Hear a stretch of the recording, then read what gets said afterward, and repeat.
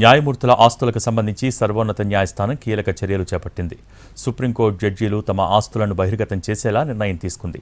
జడ్జీలు తమ ఆస్తులను వెల్లడించే ప్రతిపాదనకు 2 రోజుల క్రితం నిర్వహించిన ఫుల్ కోర్టు సమావేశంలో ఏకగ్రీవంగా ఆమోదం లభించింది.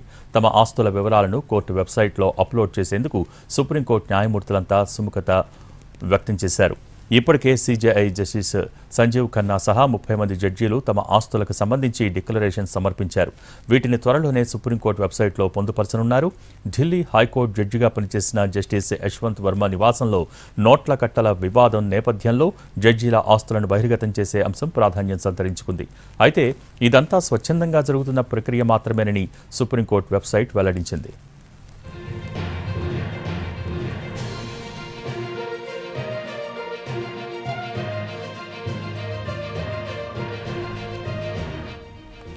ఇప్పుడు ఉన్న నిబంధనల ప్రకారం సుప్రీంకోర్టు జడ్జీలు ప్రమాణ స్వీకారం చేయగానే తమ ఆస్తుల వివరాలను ప్రధాన న్యాయమూర్తికి సమర్పించాలి.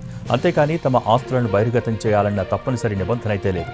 అయితే సర్వోన్నత న్యాయస్థానం వెబ్సైట్లో మాత్రం జడ్జిల ఆస్తుల డిక్లరేషన్స్ కోసం ఇప్పటికే ఓ సెక్షన్ ఉంది. కానీ కొన్నేళ్లుగా ఆస్తుల డిక్లరేషన్కు సంబంధించి ఎలాంటి అప్లోడ్స్ లేవు.